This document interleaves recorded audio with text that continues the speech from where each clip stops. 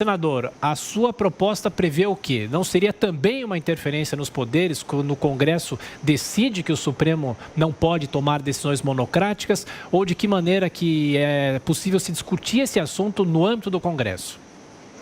Não, veja bem, não é uma interferência. Cabe ao Congresso Nacional fazer as leis desse país, fazer emendas à Constituição, enfim, alterar as nossas leis. Esse é o papel específico do Legislativo.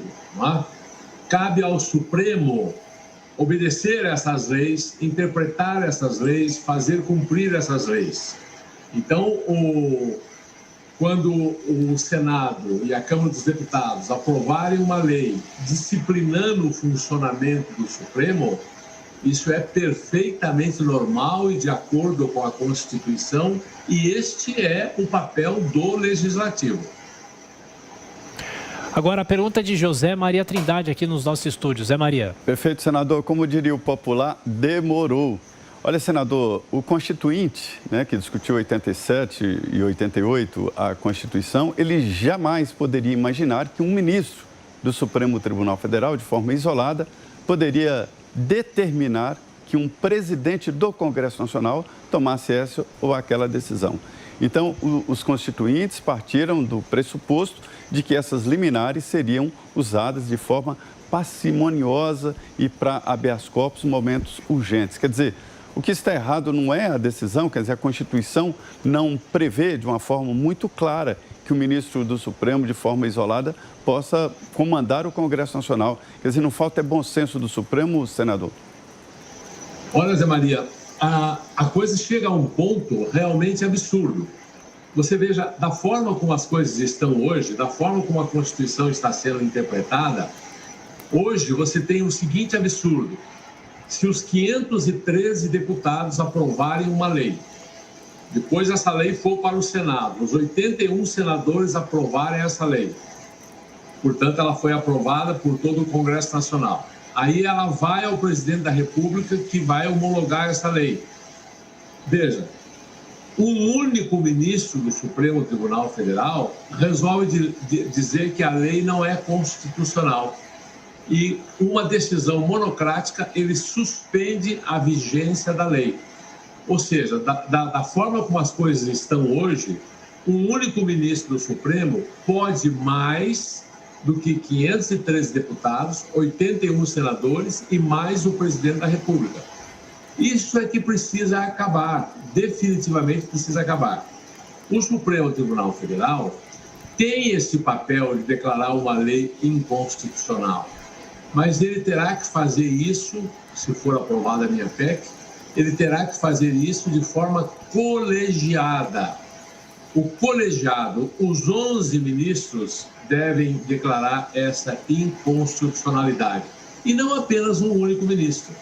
Hoje, essas decisões monocráticas criam situações esdrúxulas. Você teve, por exemplo, o ministro Cássio Nunes dizendo que era permitido reunir os fiéis nos templos. E em seguida, quase um dia depois, ou no mesmo dia, você teve o Gilmar Mendes dizendo não é permitido, não pode.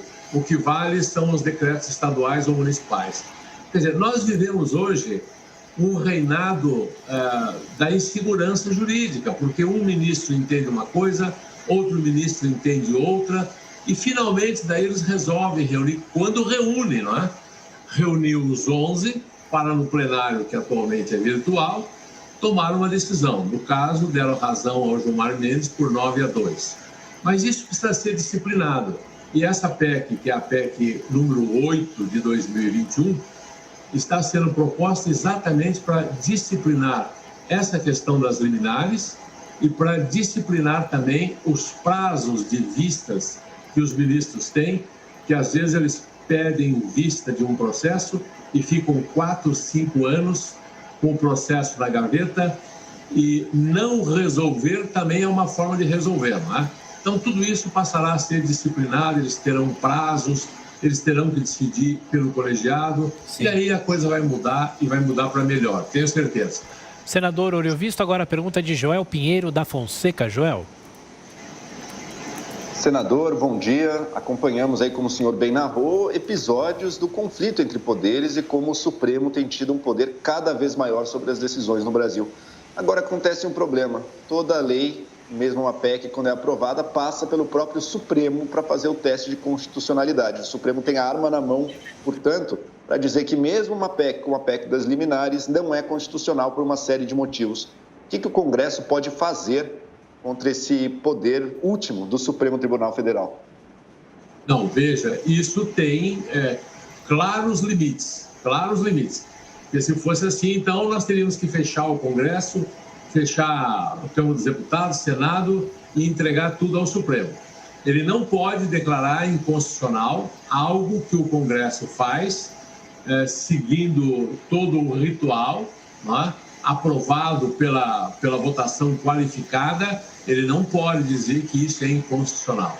Ele pode sim, no caso de uma lei ordinária, declarar a lei ordinária ou ato normativo do Poder Executivo, ele pode suspender. Mas uma PEC como essa que nós estamos fazendo, não. Ele não teria como dizer que essa PEC é inconstitucional. E em qual momento, senador, o senhor acredita que o STF começou a se comportar dessa maneira, mudar o seu comportamento, a chamar atenção com relação aos ministros começarem a tomar providência, agir de forma mais individual? Isso é recente? Porque a proposta do senhor já tem um tempo também. Isso não é recente. A minha proposta, a primeira vez assim que eu cheguei no Senado, eu fui eleito em 2018, em 2019 foi a minha primeira PEC. Aquela altura, ela era a PEC 82, de 2019. Naquela ocasião, já haviam várias decisões monocráticas, mostrando claramente que essas decisões monocráticas tinham que ter um limite. Questões das mais diversas, tá? Não só interferência em outros poderes.